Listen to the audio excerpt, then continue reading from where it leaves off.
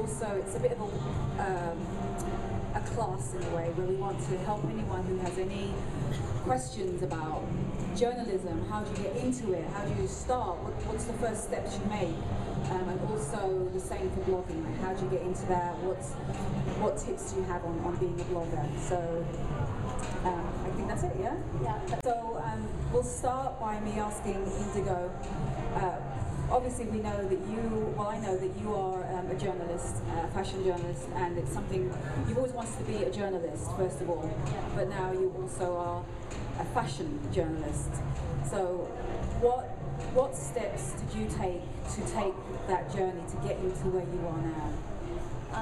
So yeah, basically, I always wanted to be a writer since I was a little girl, and my father's he was a journalist. He still writes, and he was the arts editor of our newspaper, The Age, in Australia, when I was a little girl. So I think it's in the blood or something. And when I went to university, I majored in art history and theory, and I wanted to be more like an arts writer or an art critic or something when I was young. And then I did a Master of Journalism, and it was really there where I first started publishing my work. Every article I wrote for university, I made sure I got published somewhere. And I didn't care if it was a local newspaper, a friend's zine, one of my best friends started her own zine, or a street press or whatever it was to begin with. I just made sure that every article I wrote got published, and I wrote about a whole range of subjects, art, architecture, design, music, fashion. And then before I even graduated, I got a job at Oyster magazine, which is Australia's best known independent fashion magazine. It's been going for about 14 years. And they hired me as their copy editor, and then after they read some of my articles, they asked me to be their features editor, and that's really where I got started. And I started writing for Rush magazine, which is another really great Australian magazine. They got me to be the contributing features editor.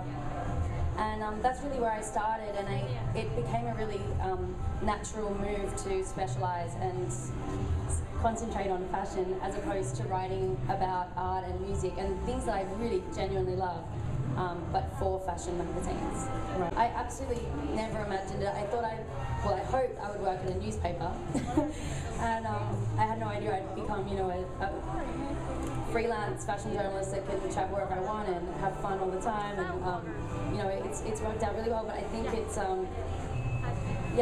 just that I took every opportunity that came my way, and I just wasn't afraid to try to contact editors that I didn't know and send my articles. And I think that's one of the major things. It's a hurdle, being intimidated by magazines and not knowing how to approach them. I think you've got to overcome that, and you have to really try and get your articles read and then hopefully get commissioned to write something, But yeah, definitely when Vogue 2 seasons ago asked me to review for them, British Vogue, that was a real moment for me, realising. And LUK, I reviewed before Vogue, and those were 2 huge moments for me, realising. My name is Karen, my blog is called Where Did You Get That? The name, well, I'll tell you how I started blogging in the first place. I'm born and raised in London, in England, and I moved to New York a few years ago, and I don't work in the fashion industry. I have a 9-to-5 job, but it's I work in the music industry actually. I work for the major record labels, and I still do that. But I wanted to do something. I found it wasn't satisfying enough for me. I found that there was a hole missing.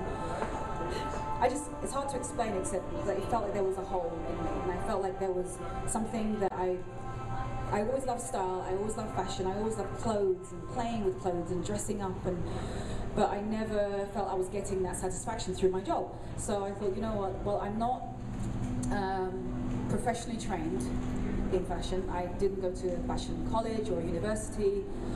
So I thought, well, what do? I can't sort of knock on the door of any of those industries. I'm not going to be interested. So I thought, you know what, I'm going to just start a blog.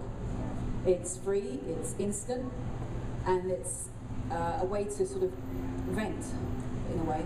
It's a creative outlet for me. And that was the reason I started. It was just it was a way to put down not on non-paper, but to put online what I loved. Simple as that. And so what do you put on your blog? It's primarily a personal style blog, so it's mostly about the contents of my wardrobe and just what I love to wear. I love shopping. Anyone who really knows me knows that, and who reads the blog knows that.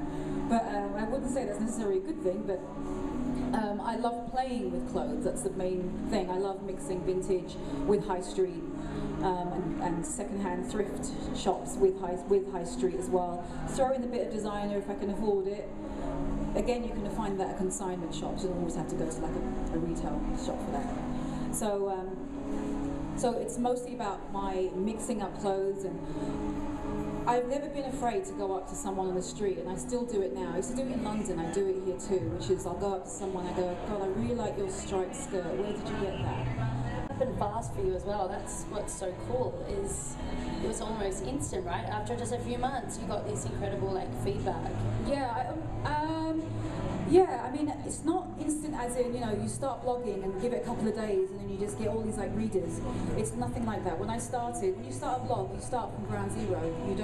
There's no one. Yeah, you're nodding. No one has seen you, okay? And so you're not doing it because of that. You started the blog because there's something that you want to satisfy, that you like doing, you love doing it, and you'll do it if you're unpaid. I was doing it because I was unpaid. And that's the main thing. I just love doing it so much. And then, you start to notice after a few days that you start to see people checking your blog. And you're like, oh God, people are looking. And that's nice. It's a bonus. It's just satisfying a hole that was in me, and I'm doing something that I always wanted to. And that's it. And I think that's what it should be for anyone. If you're looking for, your dream job or whatever it is, you'll know. I think you'll just know when you're there, because you'll just it'll feel right. Just like if you're doing something that doesn't feel right, you already know. So, all right. So I'll move on. So. What are some of the processes that you go through to come up with articles that you come up with? Because I know you've already said to everybody that there's a lot of websites that you write for. You're a columnist for quite a few. Yeah. So can you tell everybody here what's some of the thought process that goes into it? Yeah.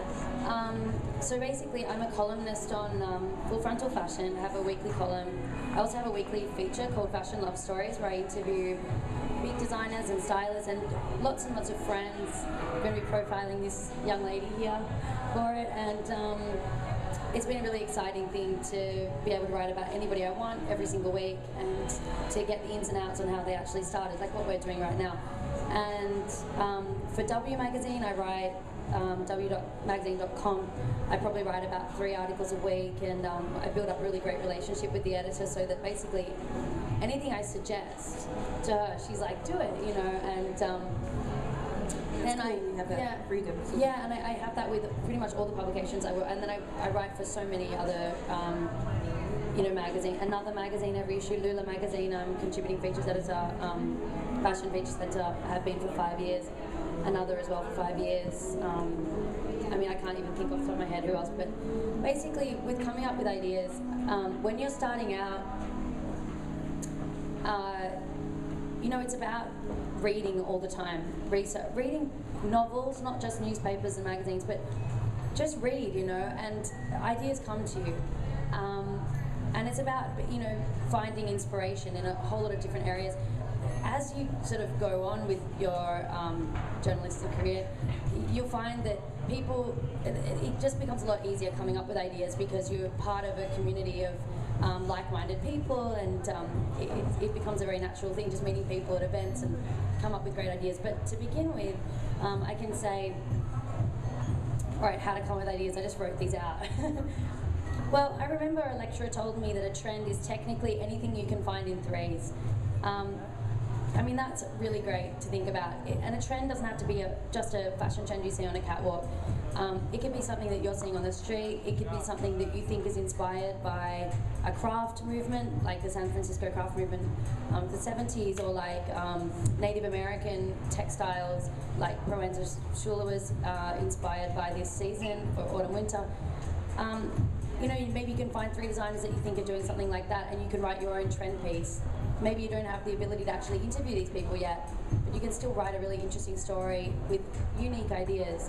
When you're beginning, you need to set yourself apart and have a unique perspective, because there's a lot of other people trying to do what you do, and if you can have a point of difference. Yeah, exactly, of course. So to wear more expensive items, that doesn't even matter. It's really about how you put things together. It's all about your own personal eye, and everyone's got their own distinct style. Everybody has. You can look at the trends and you can look at what's going on, and that's fine and that's great, and we all do it.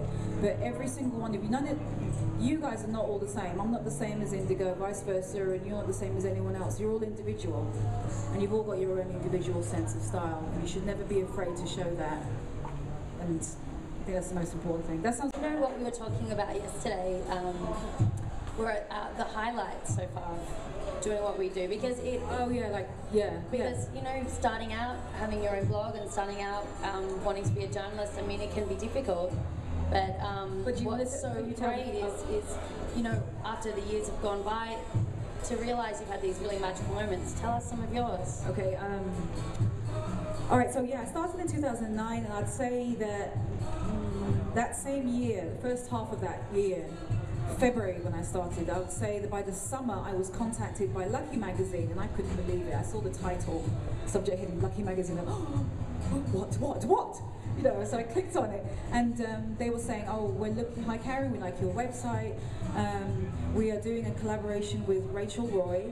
She's launching a diffusion line called Rachel Roy, and they're looking for non-models.